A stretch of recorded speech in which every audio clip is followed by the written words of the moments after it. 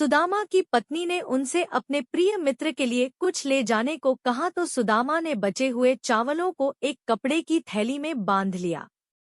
नंगे पांव और फटे कपड़े पहने सुदामा कृष्ण के महल की ओर चल पड़े। द्वारका पहुंचने पर लोगों ने खुद को कृष्ण का मित्र कहने पर उनका मजाक उड़ाया। आगे देखिए कृष्ण और सुदामा की मित्रता की कहानी। और कृष्ण और सुदामा की मित्रता की कहानी पसंद है हमारे चैनल को सब्सक्राइब करके एक लाइक जरूर कर देंगे। कृष्ण ने सुदामा को बनाया 3 लोक का स्वामी, तो भगवान को नियम कानून का पाठ पढ़ाने द्वारका पहुँचे यमराज।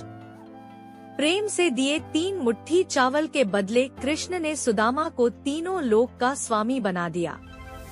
तब सुदामा की संपत्ति देख यमराज से रहा नहीं गया और वे अपना बहीखाता लेकर द्वारका पहुंच गए। यमराज कृष्ण सुदामा पौराणिक कथा।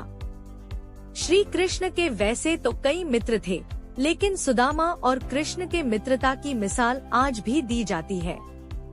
इसका कारण यह भी है कि धन दौलत, रंग रूप और भेदभाव से परे कृष्ण सुदामा की घनिष्ठ मित्रता का गुणगान किया जाता है।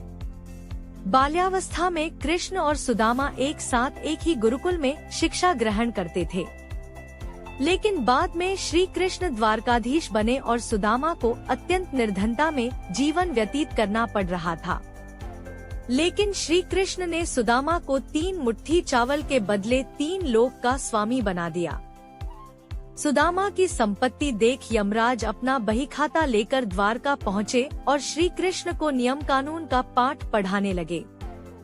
जब यमराज ने श्री कृष्ण को पढ़ाया नियम कानून का पाठ, यमराज द्वारका पहुँचे और श्री कृष्ण से कहा, क्षमा करे भगवान, लेकिन सत्य तो यह है कि यमपुरी में शायद अब मेरी कोई आवश्यकता नहीं रही, इसलिए मैं आपको पृथ्वीलोक के प्राणियों के कर्मों का बहीखाता सौंपने आया हूँ। यह कहते हुए यमराज ने भगवान के समक्ष सारा बहीखाता रख दिया। श्री कृष्ण बोले, यमराज जी आप इतने चिंतित क्यों लग रहे हैं, आखिर क्या बात है? यमराज ने कहा, भगवान आपके क्षमा कर देने से अनेक पापी यमपुरी नहीं आते बल्कि सीधे आपके धाम चले जाते हैं। ऐसे में आपने सुदामा जी को तीनों लोक देकर तीनों लोक का स्वामी बना दिया। अब ऐसे में हम कहाँ जाएंगे?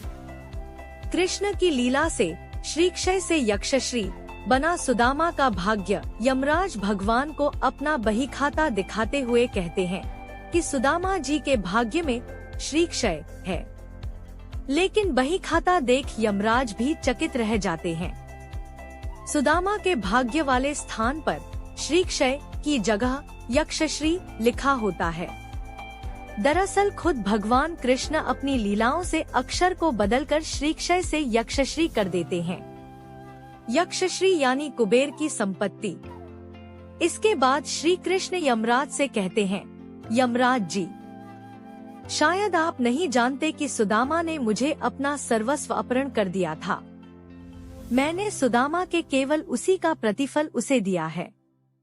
यमराज आश्चर्य होकर कहते हैं, सुदामा जी ने ऐसी कौन सी संपत्ति आपको दे दी, उनके पास तो कुछ भी नहीं।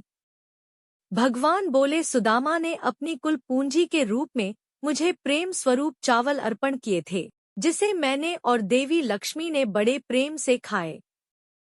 जो मुझे प्रेम पूर्वक कुछ भी खिलाता है उसे संपूर्ण विश्व को भोजन कराने जितने पुण्यफल की प्राप्ति होती है, ठीक इसी तरह का प्रतिफल मैंने सुदामा को भी दिया है। कृष्ण सुदामा की मित्रता कहानी पसंद है तो हमारे चैनल को सब्सक्राइब करें, कमेंट करें, जय श्री कृष्णा जरूर लिखें।